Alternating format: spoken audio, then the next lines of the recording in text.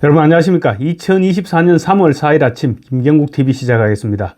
이른바 명령대전으로 불리는 민주당 이재명 대표와 국민의힘 원희룡 전 국토교통부 장관의 인천 계양을 대결해서 원희룡 전 장관이 초반 기선을 제압하고 있습니다. 각종 여론조사에서 이재명 대표가 앞서가고 있지만 지지율 격차가 급속도로 줄어들고 있습니다. 그래서 머지않아 골든크로스가 이루어지는 것이 아니냐, 이런 분석도 나오고 있습니다. 지난 2일 민주당이 이재명 대표의 인천 계양을 공천을 확정했는데 그 순간부터 원 전 장관에게 들미를 잡히는 그런 형국입니다. 이 대표는 이번 총선에서 원 전 장관에게 패배할 경우 이재명 사당화를 위한 사천이라는 공천 실패의 책임론이 더해져 사실상 정치권에서 퇴출될 가능성이 높아 보입니다. 뿐만 아니라 아직 상방울 대북 불법 송금 사건과 경기도 법인카드의 사적 유용, 정자동 호텔 의혹 등 여러 건의 범죄 의심 행위에 대해서 검찰이 수사 중인 상황입니다. 그래서 국회의원과 당대표라는 방탄복을 벗게 되면 곧바로 검찰의 소환이 예상됩니다. 국회의원 임기가 끝나는 5월 30일 이후 언제 구속영장이 청구돼도 이상하지 않을 정도의 범죄 혐의를 받고 있는 것입니다. 이재명 대표 입장에서는 이번 총선은 어떤 무리수를 두더라도 무조건 이겨야 하는 게임인 것입니다. 그런데 지금 상황은 녹록지 않아 보입니다. 경인일보가 한국사회여론연구소에 의뢰해서 지난 1일과 2일 이틀간 계양을 지역 유권자들을 상대로 실시한 여론조사에서 민주당 이재명 대표는 45.2%, 국민의힘 원희룡 전 국토교통부 장관은 41.6%를 기록했습니다. 두 사람의 지지율 격차는 3.6%포인트로 오차범위 내 접전 양상을 보였습니다. 두 사람의 여론조사에서 두 사람의 격차가 오차범위 이내로 접어든 것은 이번이 처음입니다. 두 사람의 지지율 격차는 불과 두 달여 만에 12.8%포인트나 줄어든 것입니다. 원 전 장관이 이 대표를 급속도로 추격하고 있다는 것을 알 수 있는 대목입니다. 지난 1일 초 한길리서치 여론조사에서는 이 대표가 50.7%, 원 전 장관이 34.3%의 응답률을 보였습니다. 16.4%포인트 격차였습니다. 그런데 지난달 중순 미디어토마토가 진행한 여론조사에서는 이재명 대표 49.1%, 원희룡 전 장관 41%로 지지율 격차는 8.1%포인트로 급감했는데 이번 조사에서 다시 36%포인트 차이로 지지율 격차가 줄어든 것입니다. 문제는 이 대표의 경우 민주당 공천 갈등에 대한 빗발치는 비난 여론에다가 그리고 또 선거기간에도 재판에 출석해야 되죠. 그래서 여러 가지 악재가 겹겹이 쌓여 있습니다. 반면 원 전 장관의 경우 돌발 실수만 하지 않는다면 예상되는 악재가 없다는 점입니다. 두 사람의 격차가 계속 줄어들 수밖에 없을 것으로 전망되는 이유입니다.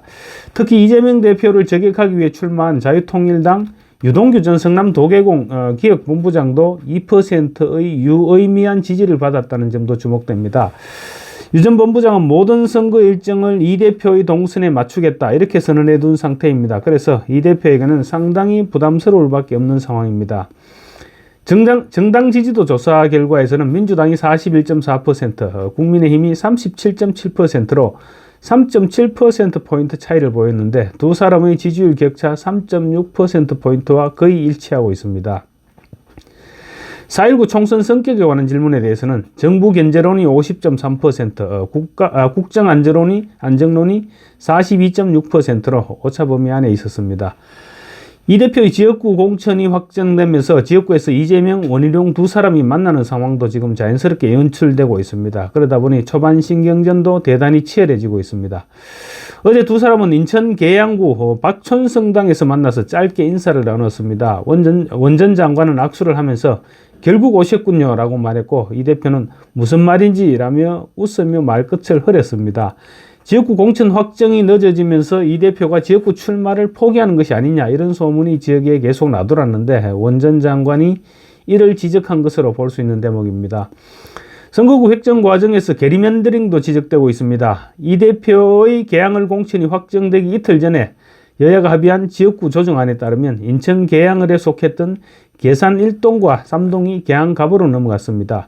계산 1, 3동은 국민의힘이 더 유리한 지역으로 평가받고 있는 곳인데 이재명 대표의 지역구에서 제외된 것입니다. 반대로 계양갑에서 넘어온 작전서 운동은 민주당이 강세를 보이는 지역으로 분류되고 있습니다. 이 대표를 위한 민주당의 게리맨더링이 아니냐 이런 지적이 나오는 배경입니다.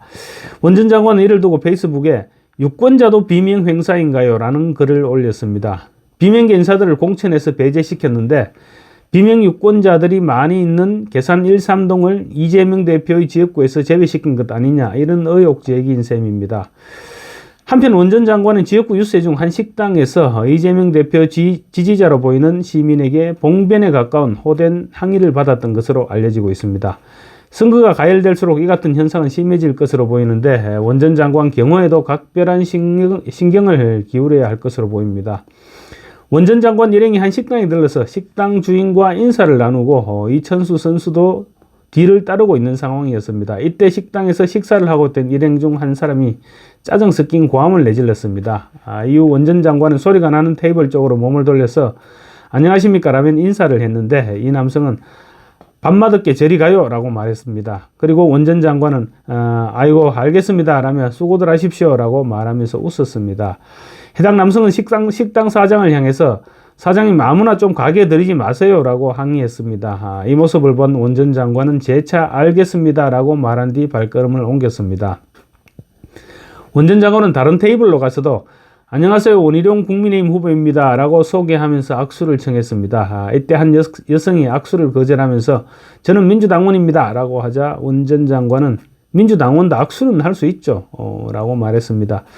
머쓱해진 식당 사장 밖에서 기다리고 있다가 소란이 있었던 테이블에 대해서 미안하다고 말했습니다. 원 전 장관은 저는 전혀 개의치 않는다 라면서 같이 살아야죠, 다 같이 좋아야죠 이렇게 말하고 넘어갔다고 합니다. 인천 계양을 뿐만 아니라 총선 최대 격전지 가운데 한 곳으로 분류된 경기도 성남 분당을에서도 국민의힘 후보인 김은혜 전 대통령실 홍보수석이 민주당 소속 지역구 현역 의원인 김병욱 의원을 오차 범위 내에서 앞서고 있다는 조사 결과도 나왔습니다. 김 의원은 이재명 대표의 최측근 중 한 사람이기도 합니다.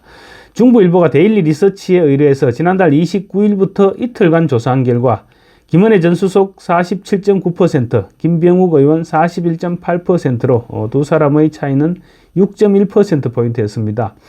이처럼 접전지역인 경기도 각지에서 국민의힘 후보들이 약진하면서 보수진영 일각에서는 국민의힘이 이번에는 반대로 180석을 넘기는 것이 아니냐, 이런 기대 섞인 전망도 내놓고 있습니다.